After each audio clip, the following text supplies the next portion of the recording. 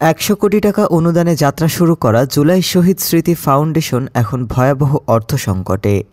১ বছরের মাথায় সংস্থাটির তহবিল প্রায় শেষ হয়ে গেছে। ফলে নভেম্বর থেকে কর্মীদের বেতন ভাতা দেওয়া অনিশ্চিত হয়ে পড়েছে। ফাউন্ডেশনের সিইও কামাল আকবর জানান, গত ১৫ সেপ্টেম্বর মুক্তিযুদ্ধ বিষয়ক মন্ত্রণালয়ের মাধ্যমে অর্থ মন্ত্রণালয়ে আবর্তক ব্যয়ের জন্য ৫ কোটি টাকা বরাদ্দ চেয়ে চিঠি পাঠানো হলেও এখনও কোনো জবাব পাওয়া যায়নি।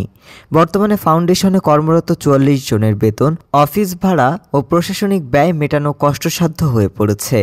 ২০২৪ সালে প্রধান উপদেষ্টা ডক্টর মোহাম্মদ ইউনূসের তহবিল থেকে ১০০ কোটি টাকায় ফাউন্ডেশনটির কার্যক্রম শুরু হয়। পরে বাংলাদেশ ব্যাংক ও ব্যক্তিগত অনুদানে তহবিল বেড়ে দাঁড়ায় ১১৯ কোটি টাকা, যার মধ্যে এখন অবশিষ্ট মাত্র ৬ কোটি রয়েছে।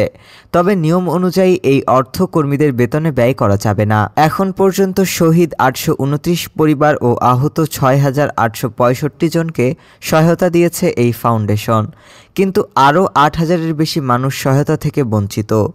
অন্যদিকে সরকার জুলাই গণ অভ্যুত্থানের স্মরণে বাংলাদেশের স্মৃতিস্তম্ভ নির্মাণে জোর দিচ্ছে, যা নিয়ে শহীদ পরিবারের সদস্যরা সমালোচনা করেছেন। ফাউন্ডেশনের কর্মকর্তারা আশা করছেন, পরিচালনা পর্ষদের আসন্ন বৈঠকে আর্থিক সংকট নিরসনে নতুন সিদ্ধান্ত আসবে। ডেস্ক রিপোর্ট, আজ বার্তা।